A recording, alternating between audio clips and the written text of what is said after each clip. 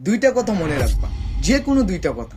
কারণ বর্তমান তোমাদের যে ব্রেনের অবস্থা, দুইটার বেশি তো কথা মনে রাখতে পারবো না ভাই। স্পেশালি এই ডায়লগটা শোনার পরই আমি এই ভিডিওটা মেক করতেছি, নাহলে আমি এই ভিডিওটা তৈরি করতাম না। মানে ভাই এই ঈদে যে একটাও না দুইটাও না, টোটাল 17টা মুভি রিলিজ হতে চলেছে।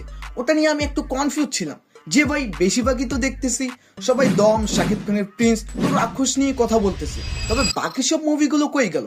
তবে এর মধ্যেই দেখতেছি উৎসবের মেকার তার নতুন মুভি নিয়ে আসতেছে, বনলতা এক্সপ্রেস। আর হ্যাঁ, আজকে আমরা এটাও জানবো শাকিব খানের প্রিন্স সিনেমা এই ঈদে মোট কয়টা হল পেয়েছে। তবে রাক্ষস এন্ড দম কি হলের মামলায় প্রিন্সকেও টক্কর দিয়ে দিল?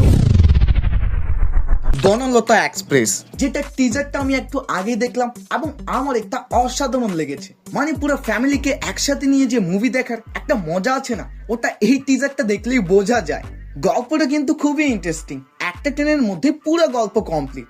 মানে প্রত্যেকটা বগিতেই 2-3টা করে ক্যারেক্টার আছে, তবে শেষে আবার মানে মুভির এন্ডে গিয়ে ওই তাদের সব ক্যারেক্টারগুলোর এই গল্প কিন্তু এক জায়গায় এসে মাছ হবে, মানে বড় সড়ো একটা কেসে ফেসে যাবে, যেখান থেকেই তাদের উদ্ধার করবে মাতাল, মোশাররফ করিম। আর তিনি যে ভাই যেই ডায়লগটা দিল, পুরো করা ছিল। আর হ্যাঁ, এই মুভির কাজটা কিন্তু পুরা লম্বা, মানে বাংলাদেশের কম বেশ অলমোস্ট প্রত্যেকটা অ্যাক্টরকেই এখানে নেওয়া হয়েছে। আর হ্যাঁ, এটাকে একটা কম বাজেটের মুভি ভেবে ভুল করিও না। এই মুভির মেকারই কিন্তু এর আগে উৎসবের মতো ব্লকবাস্টার দিয়েছিল, যেটা এর আগের ঈদে প্রথমত ঠিক মতো সই পাচ্ছিল না, তবে ধীরে ধীরে ভাই এটা 10 কোটি পার করে ফেলেছিল। কারণ দর্শক যে সব সময় অ্যাকশন মাস মশলা দেখতেই পছন্দ করে এমনটা না ভাই, সবাই চাই সবকিছু দেখার পর একটু রিল্যাক্স ফিল করতে, নিজের ফ্যামিলি বন্ধু বান্ধবদের নিয়ে এনজয় করতে, যেটাও আশা করি এই বনলতা এক্সপ্রেস আমাদের এবার দিবে। তাছাড়াও এখানকার সিনেমাটোগ্রাফি আমার অসাধারণ লেগেছে, মানে একবারও দেখে মনে হবে না যে আপনি কোনো বাংলা নাটক দেখতেছেন। কারণ বর্তমান কিন্তু ম্যাক্সিমাম বাংলা মুভি দেখলেই মনে হয় যেন আমি কোনো নাটক দেখতেছি।